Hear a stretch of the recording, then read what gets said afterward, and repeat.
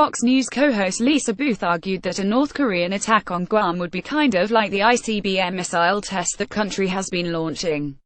On Outnumbered Today, the lone expert out of 5 people opining about the North Korea crisis was co-host Marie Harf, a former State Department spokeswoman and a former advisor to Secretary of State John Kerry.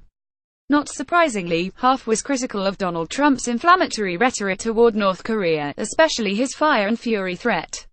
Harf: I think right now we're trapped in this cycle of escalatory rhetoric.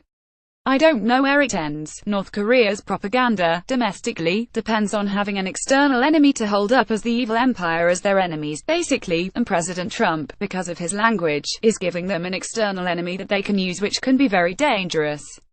Booth interrupted disrespectfully. Oh, spare me. No offense, Marie. I am so sick and tired of the criticism over the fire and fury comment. We can chalk up Booth as another Fox News pundit sounding off on this deadly serious subject without a single related credential on her resume. When Harf had a chance to speak again, she asked Booth if this rhetoric that President Trump has now escalated results in missiles being fired at Guam, as North Korea has threatened. Are you okay with that outcome, Snowflake? Booth didn't seem to have a ready answer. So she resorted to the Fox News conservative default position, smearing a Democrat, so just like turning a blind eye and the strategic patience of President Obama, that's what led us to the current juncture. Answer my question, Harf pressed. If this rhetoric leads to North Korea attacking Guam, are you okay with that? Booth replied, kind of like the ICBMs that they've been launching our way, as if there's no big difference between missile tests and an overt act of war on an island with a strategic U.S. military base. Predictably, nobody else challenged Booth's ridiculous answer. But her fellow fake expert, Joe Conker, probably still angling for that contributor contract, showed a little Trump love.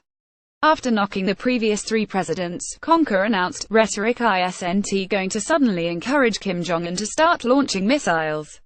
He has gone ahead with this program regardless of how presidents have spoken. He also went the extra mile by complaining about media bias against Trump. Then Fox Business host Trish Regan demanded, Democrats should back off on this one because we should be a united front. Memo to Regan: a united front begins at home, or, in this case, on the Fox News set. Watch how Fox, even as the country faces potential catastrophe, puts politics above information and professionalism. Below, from the August 10, 2017 Outnumbered.